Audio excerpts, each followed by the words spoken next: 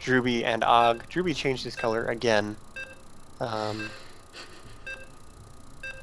Now Agh is saying WTF, and I don't know why. What? Did he? He got Protoss. Yeah, pink Protoss. Yeah. Oh, was he not ready or something? He said he was ready. We're going anyway. Let's go. No disconnect, so we're going to get Drewbie here spawning in the southwest as the blue Terran as he changes his color on us all the time. Agh from Team Lazarus Gaming getting the northeastern spawn as the pink Protoss. Drewbinator, a little bit of manners from Agh.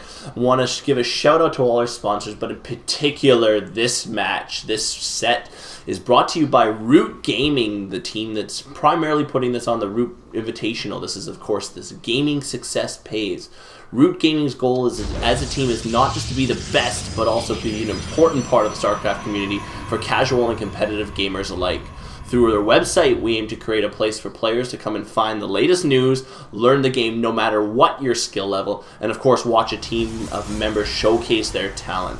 As a team, we will work hard to constantly improve and focus on treating other players with good manners and respect. Lastly, Root Gaming promises to do everything in their power to make sure StarCraft 2 is the best possible game and esport that it deserves to be. Check out their website, guys, at www.root-gaming.com and support Root Gaming, guys. That's what it's all about. Yeah, and Root Gaming has said from the start that they want to make it on their own as their own organization. They do not want to be just sort of absorbed by one of the bigger gaming companies. They want to make it on their own, get their own sponsors, and keep going.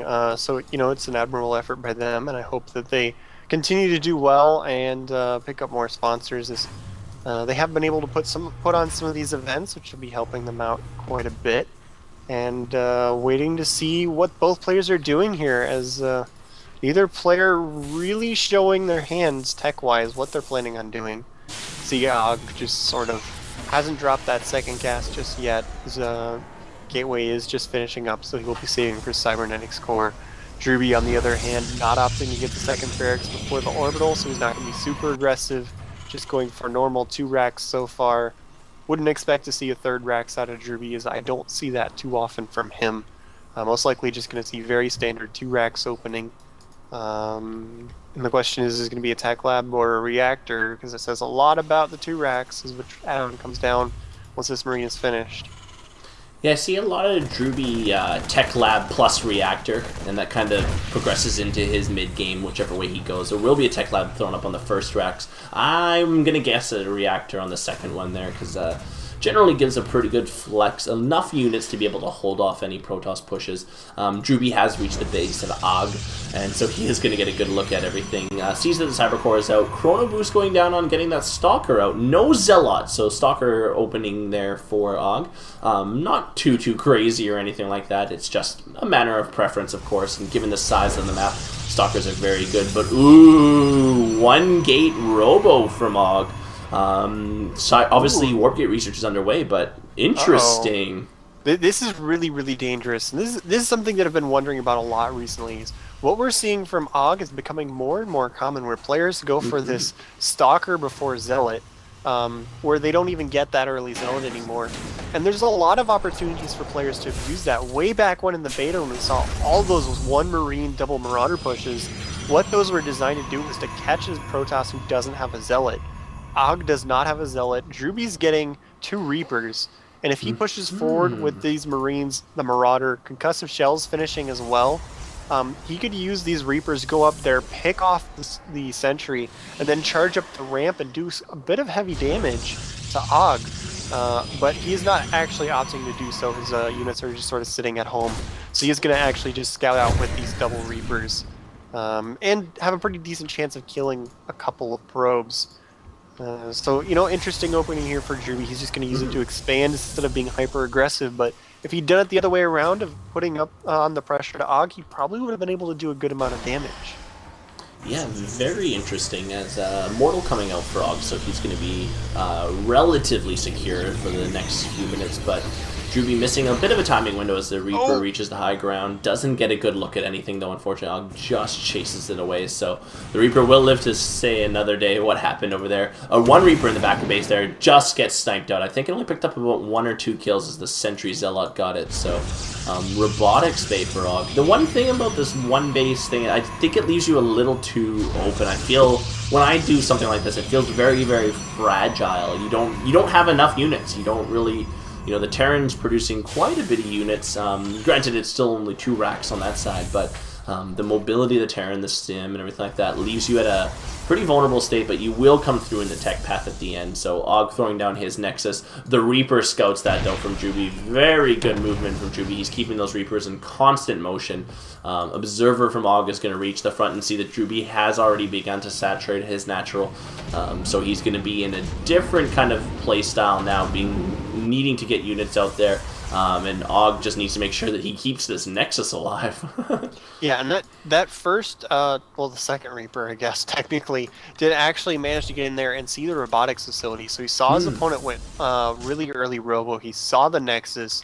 He's got 2 more Reapers actually in the bunkers at the moment, which, you know, is an interesting decision you don't see too often, but it makes sense since they do put out a lot of DPS versus Zealots. If Ogg were to try and aggressively break him, those bunkers with the Reapers in them would be able to do pretty heavy damage against the Zealots. And if you look at Ogg's unit composition, he's about half Zealots at the moment, and he's still making Reapers. So Drewbie's actually going for a bio opening off of 3 racks and then moving into a factory where he's including Reapers in his unit composition. Not something that you see very often, but something that could be quite effective if Drewbie controls it well. They're a very fragile unit, and you have to be careful with their positioning, but they output a lot of damage. Of course, the only real issue is going to be that Colossus. If it gets range, is just going to instantly kill them. So their usefulness is going to diminish over time, but if Drewbie's actually gearing up for a counterattack with Bio, this could work out really well.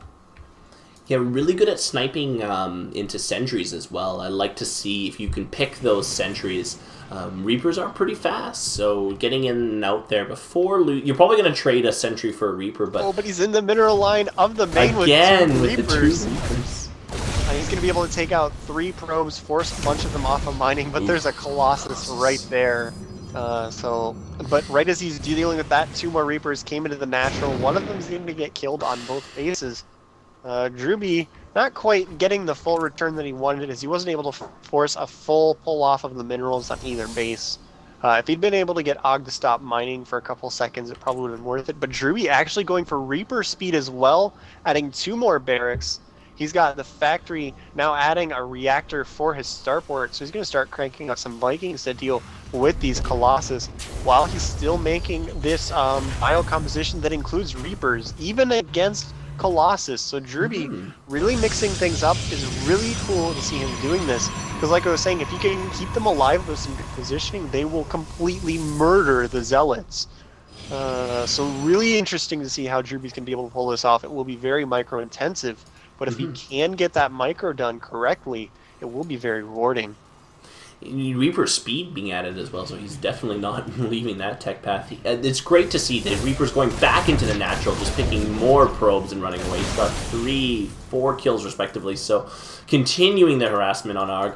Ogg's doing a very good job, but he did have to tip his hand. He knows, Drewbie knows Colossus are out now. He knows what to build against Colossus. He can sit back, take his time. Drewbie has earned himself an economical lead. He has an 11 worker lead right now, so he's producing better on that front. 5 racks versus 4 racks, or 4 gate, of course. So it's a lot of Reapers. I know. What's he gonna do with these things? Something else is gonna happen. He's not trying to use them in his army. What he's doing. Okay. He used to do this quite a bit, where he actually would only make Reapers. It's not quite as possible anymore. But what he would do, there was a point in time where basically the Protoss Death Ball was still really common, but they'd sit on 2 bases and they'd never leave their base. And even if you got really far ahead economically, it was just really tough trying to convince the Protoss to leave their base long enough to win. So what Drewbie would do is he'd make a bunch of Reapers, and as soon as the Protoss went somewhere, they'd jump in and all in on the Nexus. Are and you able to snipe the serious? He is really gonna look quickly. at that. So what he's trying to do is he's trying to bait around the units of Ogg, and look, he's actually going to be able to take out a couple Stalkers here. If you get an overreaction here from pulling too many units, then his main forces, the natural, will be able to move in and do a bunch of damage. But at the same time, now here he goes pushing into the natural. Once Agh's units are all out of position, the Reapers are going to jump back up into the main and try and take out the Nexus or the probes. You see a pretty big engagement. No Vikings here to deal with these Colossus, but there goes the Reapers into the main, trying to do some damage. Agh did leave some Stalkers behind, so he's not doing a ton of damage, but the Reapers have taken out one of the Stalkers, now going for the probes. The Colossus actually pulling out of the natural to make sure that these Reapers can't do too much damage. So Drewbie does have an opportunity here, shutting down the mining Agh almost completely. Reapers, I think, got cleaned up by the Colossus, but I'm not entirely sure. I lost track of them for a second, and Drewbie does have to withdraw. So Agh didn't completely fall for that, but if you look at the worker count, it's now 33 to 60.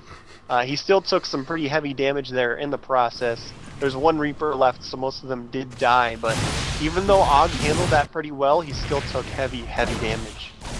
Yeah, Agh actually coming out behind in the units lost there, so he definitely took more than he dished there. I think he lost a total of 3 or 4 Colossus. So just significant Colossus numbers, even though, as you mentioned, no Viking was used. So just the Marauders being able to split that army off. Drewbie he's back in here with Marauders on a drop. Drewbie, man, poor guy.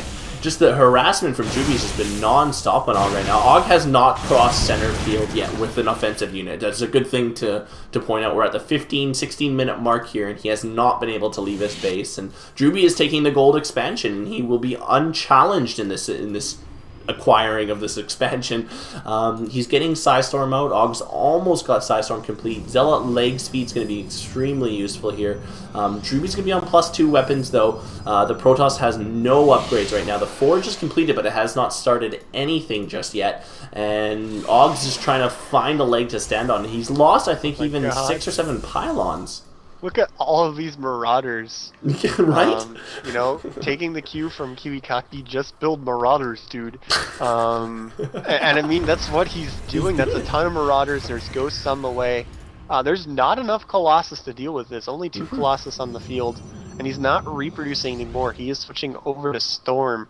But he doesn't have too many Templar on the field. If Drewbie can catch this before he gets too many more Templar, he could actually roll Agh right now with only 2 Colossus and a ton of Marauders. His third base is coming up at the same time. He has a Ghost, almost with enough energy for EMP. And he's building another command center here, hidden back here in the Tasis secret hallway to float down to this 4th base location. So Drewbie not only doing really well in the army and production, but is pulling way ahead in the macro game. This is going to get out of control, and he's making more Reapers. He's going to go for another back door. And the first one worked pretty well, so why not? Absolutely. Reapers are relatively cheap for their effectiveness at this type of striking. Great EMP. It caught the sentries. Templars not in that group, but Templars are going to open fire. Templar is not the right tech path for this, obviously. You can see the bulky Marauder not really being too phased by the Skystorm there. They are generally more effective against Marines. The entire Protoss army is lost. Go Metal. He doesn't realize there's a veto, I don't think, again, but Drewbie does take that first game. Yeah, can you ask him for the veto?